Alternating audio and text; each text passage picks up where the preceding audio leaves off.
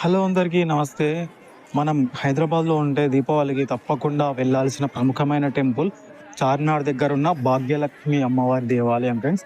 ఇక్కడ దీపావళికి చాలా ప్రత్యేకమైన పూజలు జరుగుతాయి. ఎన్నో సంవత్సరాల నుంచి ఖజానా డిస్ట్రిబ్యూషన్ అని గూడా చేస్తారు. అంటే ఏమిటంటే ఒక కాయిన్‌కనమాట. ఒక సైడేమో అమ్మవారి విగ్రహం, ఇంకొక సైడేమో భాగ్యలక్ష్మి అమ్మవారి మందిర్ అండ్ చార్మినార్ సింబల్‌తో కలిసి ఉంటుంది.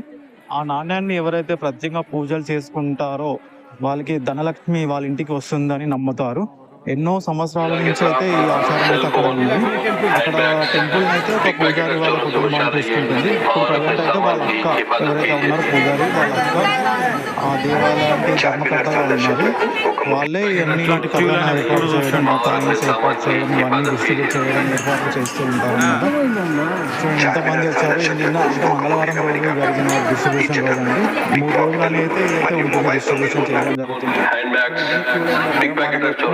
చార్మినార్ క్యూ లైన్ ఉంటుంది. నార్మల్‌గా అయితే ఇక్కడంతా షాపింగ్స్ అవి ఇవి ఉంటాయి కదా.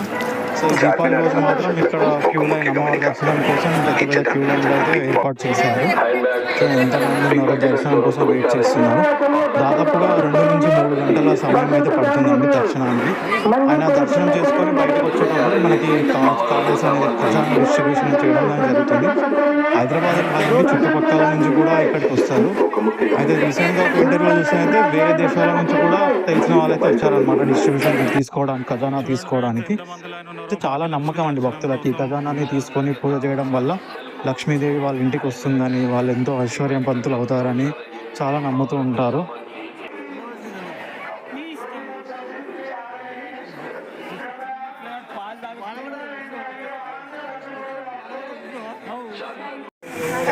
హాయ్ ఫ్రెండ్స్, చార్మినార్ దగ్గర ఉన్న మనం భాగ్యలక్ష్మి టెంపుల్కి అయితే వెళ్తున్నాం.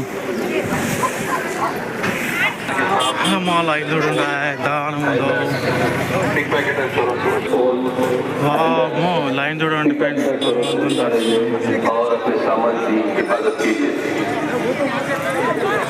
दो टाइम्स